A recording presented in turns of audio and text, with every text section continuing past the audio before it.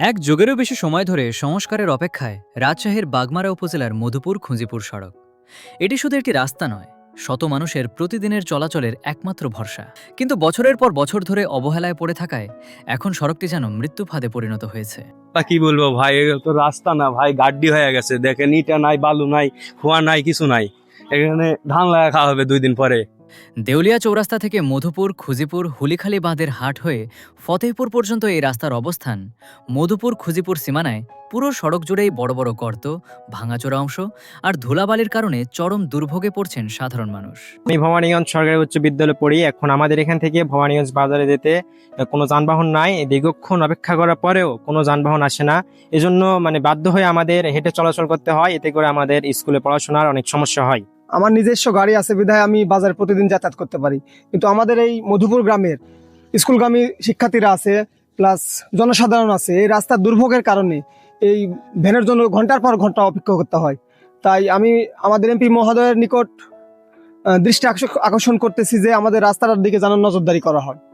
বর্ষা মৌসুমে গর্তে পানি জমে ঝুঁকি আরও বেড়ে যায়। প্রতিদিন জীবনের ঝুঁকি নিয়ে চলাচল করছেন শিক্ষার্থী, কৃষক, ব্যবসায়ী এবং সাধারণ পথচারীরা। স্থানীয়দের অভিযোগ, দীর্ঘ এক যুগেরও বেশি সময় ধরে এই সড়কের কোনো উল্লেখযোগ্য সংস্কার হয়নি।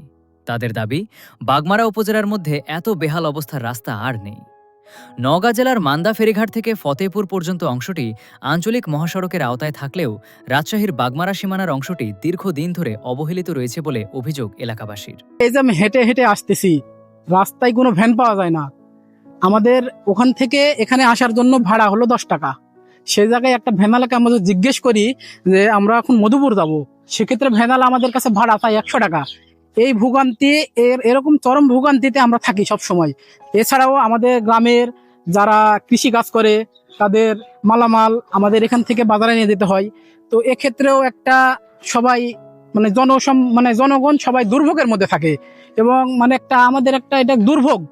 আমরা প্রশাসন এবং আমাদের এই রাস্তা বিষয়ক যতগুলো মন্ত্রণালয় আছে তাদের কাছে আমাদের আকুল আবেদন যে আমাদের এই রাস্তা অতি সত্বর যেন খুব এই ভালোভাবে কার্পেটিং করে দেওয়া হয় এবং যাতে আমাদের যোগাযোগের ব্যবস্থাটা খুব সুন্দর হয়। এতে করে আমরাও খুব সুখে শান্তিতে থাকতে পারবো। তাছাড়া আমাদের এই দুর্ভোগ দেখার মানুষ নাই। স্থানীয়দের দাবি, বাগমারা অংশটিকেও দ্রুত আঞ্চলিক মহাসড়কের মান অনুযায়ী সংস্কার ও উন্নয়ন করা হোক।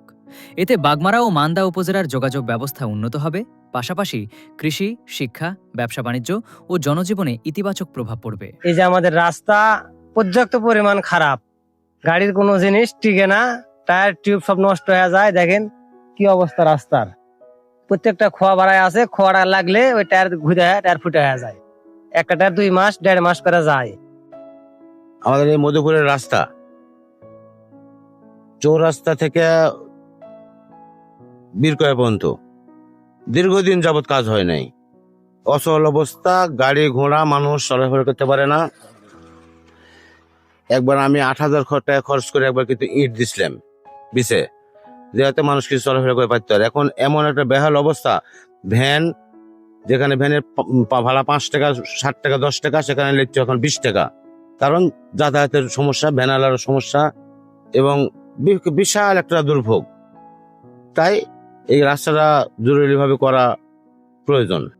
এখন এলাকাবাসীর একটাই প্রশ্ন, আর কত বছর অপেক্ষা করতে হবে এই গুরুত্বপূর্ণ সড়কের সংস্কারের জন্য?